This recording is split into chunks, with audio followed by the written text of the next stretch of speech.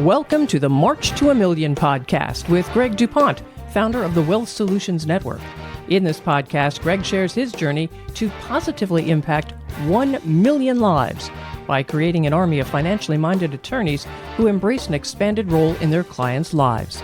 Greg and his guests challenge the status quo in the legal profession and the financial services industry, and show attorneys how they can improve their lives, provide greater value to their clients, and experience greater professional satisfaction.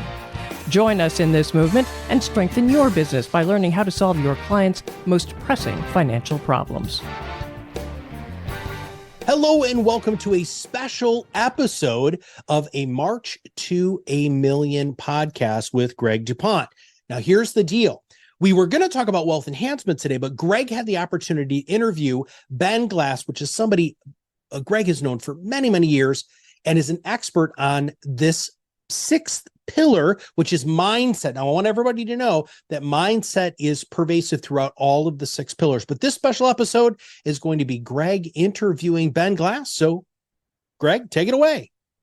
So when I decided that it was time to start talking about what is the sixth pillar of the six pillars of financial advocacy, which is the mindset, I thought of no better person to come in and talk about the mindset piece, generally speaking, for an entrepreneurial lawyer than my friend Ben Glass. Ben is a mentor of mine. I've been a member of his mastermind group for several years now. And for many reasons, attribute much of my success to Ben. And I'd like to have him on to talk not so much about the mindset that is the financial advocate mindset, as we've talked about, but the idea of you being not just a lawyer, not just an attorney, but a hero to your clients, because that's what ties this all together. So, Ben, thank you for taking the time out of your busy schedule to be with me today and to share some thoughts.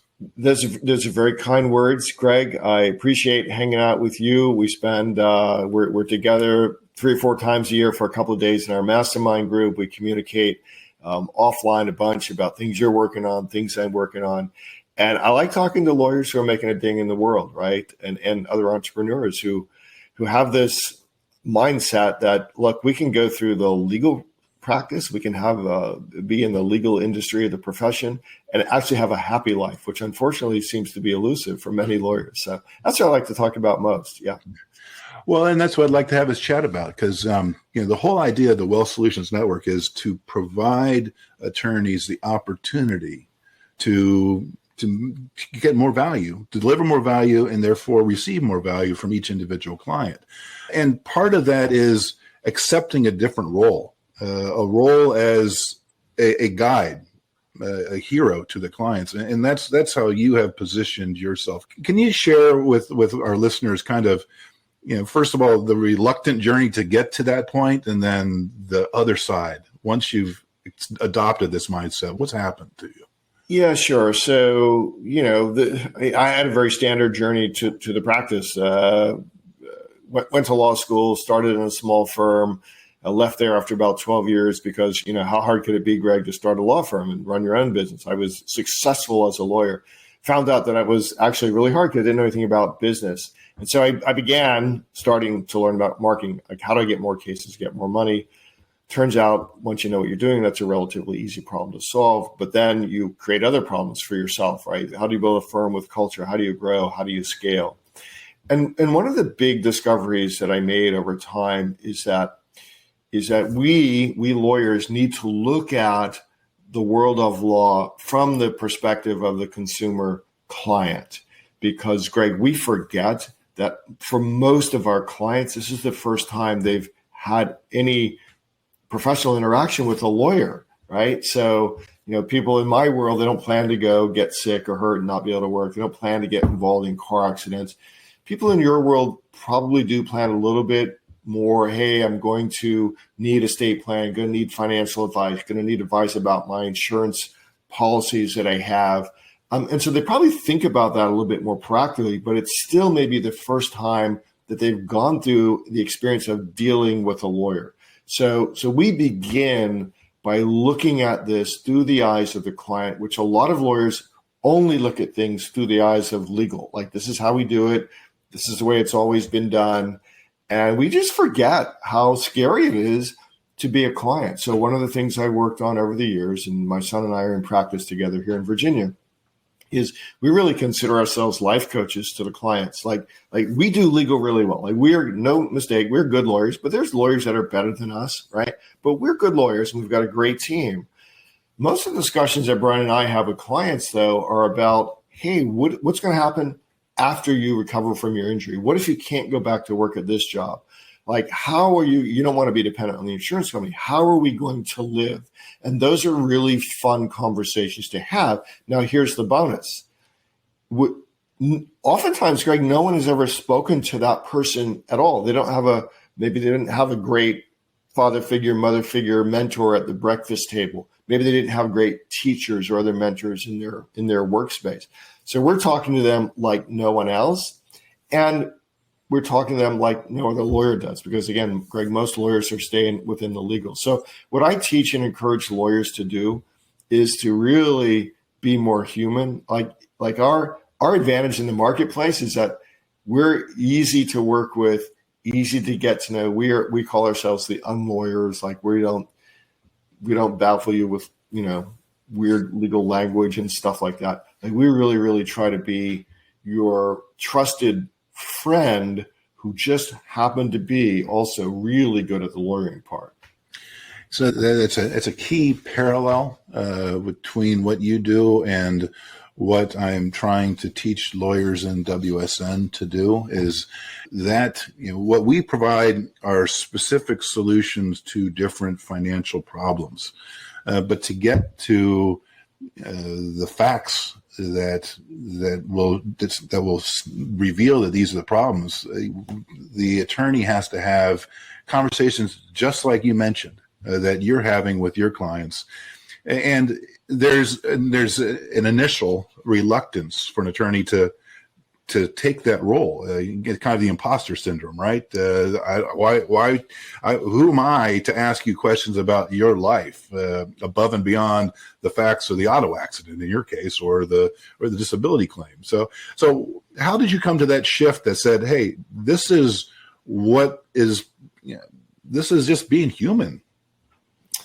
Yeah, well, so it really begins, I think, as a marketing principle, you got to show up differently, number one. Number two, one of the things I teach, and I just encourage, if I was talking to you, Greg, and you're a high school student wondering where to go to college, or you're a college student wondering if you want to go to law school, I would have the same conversation. I would tell you, Greg, that you are a unique individual. You have your own desires, interests, talents, skills, and gifts. And I believe that your job is to shed those and share those, shed those on the world and share those with the world.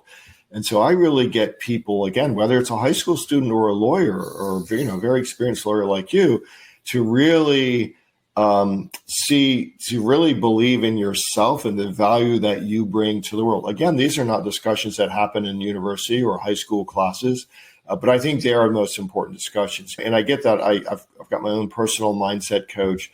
I've done a lot of reading about philosophy, about life, about having hard conversations with people, having great conversations. And I can tell you, it's like an addictive drug, right? Because once you shift and start to have conversations like this with clients, whether it's through Zoom or through the phone or in person, you can actually see their lives change, their demeanor brighten. And for me, Greg, that's like a fuel. That's a dopamine hit. Like, that means I'm helping them. This isn't just about my ego, and it's not fake. Like, me, like, I'm the same guy on stage as I am on this Zoom as I am when you and I are just chatting before we went live here. Like, very consistent all the way through. And the great thing is, Greg, we've been able to show lawyers that this is important and push them. One of the great things about the mastermind group is we push lawyers into their uncomfortable zone of discomfort. And then they come back the next meeting, they go, wow, thank you for getting me to present myself to the world this way. In the world today, we don't do enough of upholding other people as being special and human and having value. So that's the shift. I would simply tell lawyers that once you start this, like you will see that it works and you'll become addicted to it. And the quality of life, the practice quality, is just exponentially better than digging down and saying, okay, tell me about your assets or tell me about the accident, those type of things, getting deeper into those discussions. Yeah, exactly. So one of the questions I use a lot, you've heard this from me before, is, hey, Greg, like, what's your superpower?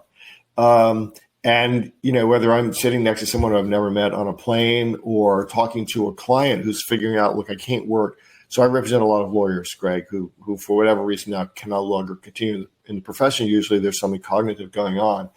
And I get them to open up and go by asking that question, like, what's your superpower? Like, what do people pay you for? What are you really good at? What do you like doing? Because, again, part of what I'm doing is helping them not be dependent on the insurance company. Like, there's something else there that they could do with their lives. And I am more than willing to help people figure that out. I think that's what I do mainly at Great Legal Marketing, right? Great Legal Marketing started teaching lawyers how to market, but really those who stay around for, more than 6 months, they know that it really is about life principles and life philosophies.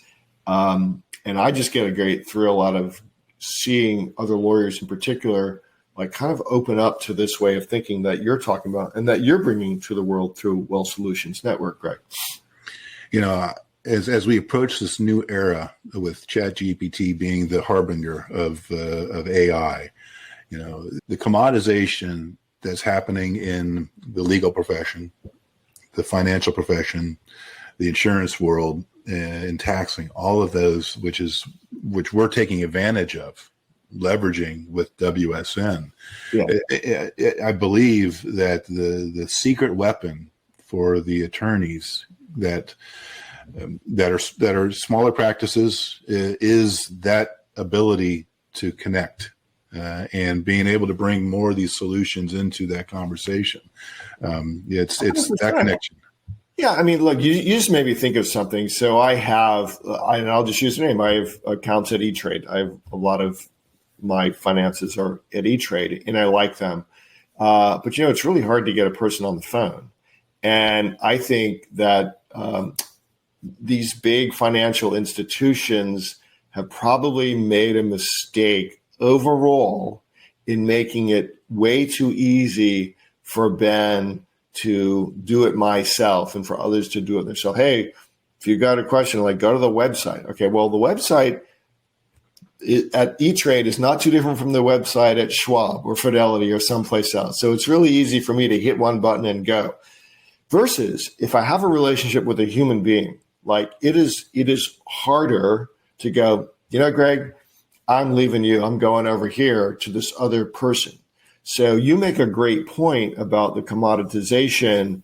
And I think that one of the things is because I've been working with you, you've shared some of the back end and development of Wealth Solutions Network, is that you're really helping lawyers cement their status, I think, with clients now through different realms. So it's not just estate planning, but it is financial, it is insurance, it is looking at their whole financial picture. Whereas before, your Wealth Solutions Network, they'd have 3 or 4 or 5 different people or websites run by companies to do this. And so particularly for the solo and small firm market, your sort of traditional estate planning attorney, your tool is giving them a tremendous asset to really what we call, putting an iron fence around the client in a good way,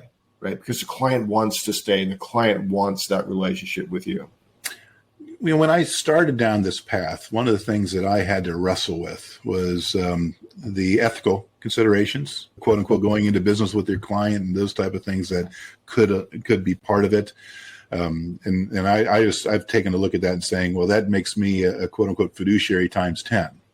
So I've just got to be sure that everything that we do and everything that Wealth Solutions Network does is objectively in the best interest of the client, as opposed to some of the baloney standards that the industry has for investing, et cetera. But not only that, before you go to your next point, is so many lawyers who will hear about Wealth Solutions Network, they will go to ethical considerations. They will tell themselves a story without doing any research that maybe this is too hard or too challenging, or I won't be able to figure it out. And then they won't ask the right questions. And I see this in marketing all the time, Greg. Like, Lord, oh, well, in Florida, we can't do this. And I go, well, all right, show me the rule. Well, here it is. I go, well, where does it actually say you can't do this? And so, having someone like you who has thought about all of this, who can guide them. And of course, you're 100% trusted advisor for me. So that's what lawyers need, is to know that you've done a ton of work on this.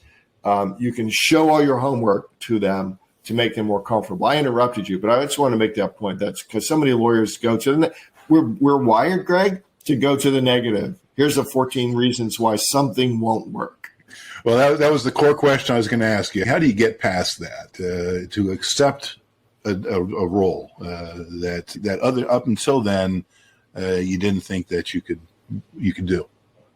Yeah, so I think that number one, you do, when you have questions, you go read and you go research. Number two, I take the view that the elites of the profession really aren't there to make me be uber successful. So, and it's, it is a criticism, but it's also like they've never learned it either. So most of them are not uber successful. If you kind of look around at state bar organizations and who's running them, right? They're not uber successful people. So that's number one.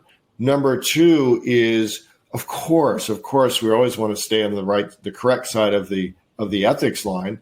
But so much of what people believe in my space, like legal marketing ethics, so much of what people believe to be true just isn't true. Or oftentimes in my space, there are rules that are absolutely not constitutional, like they're pre-bans on speech. And so we help lawyers sort of challenge that as well. And just know that, to get into the 1%, you think differently. And then, Greg, you hang with lawyers. In this case, you hang with lawyers who are doing things bigger, better, and faster than you are, which is part of what you've created is a cohort of lawyers who are wanting to hang with each other and make inroads, all for the benefit of the client. Look, at the end of the day, if the lawyer and his or her team are healthy, wealthy, wise, and they like coming to work and they like going home at the end of the day, I guarantee you, Greg, that clients that they serve are going to be better served than some lawyer who either hates going to his job or hates going to his home at the end of the day. Ben, as we wrap up today, I would be remiss if I didn't give you the opportunity to share with our listeners a little bit about great legal marketing, because it has been so impactful on my life. So if you just share a little bit about what that is, because the mindset is aligned. Yeah, thanks. So Great Legal Marketing is an organization I created over 18 years ago, as I said, really at the beginning, to help personal injury lawyers learn how to advertise better. And we were learning how to do better things in the yellow pages back then. Today, it's morphed. We have hundreds of lawyers across all different consumer-facing practice areas, mostly solo and small firm lawyers. So mostly maybe 7 lawyers or less, maybe 30 employees or less. Many of our firms are 2 lawyers and maybe 2 to 5 employees. They are typically not spending hundreds of thousands of dollars on advertising, but what we help them do, Greg, is build great lives. Like, figure out what you want your life to be. All right, now what kind of a law firm do we need to support that life? Great. What kind of a client do we want to see walking through the door? And now how are we going to serve? How are we going to get the right people in the door to help us serve those clients, develop processes to help those serve those clients? Lawyers, as you know, it's a very competitive space. You're in the estate planning space. I'm in the personal injury space. There's a million criminal defense lawyers. So to the outside world, we all look the same. What I teach lawyers to do is how to build something where they look differently to the market, and then they grow a tribe of people who know them, like them, trust them, who can refer. And we help you be heroes to your community and heroes to your family, and live a great life. And so I invite any lawyer who's interested in this to visit greatlegalmarketing.com. Hit me up on LinkedIn. If you ever have any questions, like I have a lot of 20-minute Zoom calls with lawyers. Sometimes it's just, they've got something sort of desperate going on. Other times they do want to do what you're doing, Greg, which is taking an ordinary business model, estate planning lawyers, the way most people do it, and now elevating it in a way that's most importantly win-win for you and win-win for the client. So both sides gain value out of the equation, and that's capitalism. Like, that makes the world go round, my friend.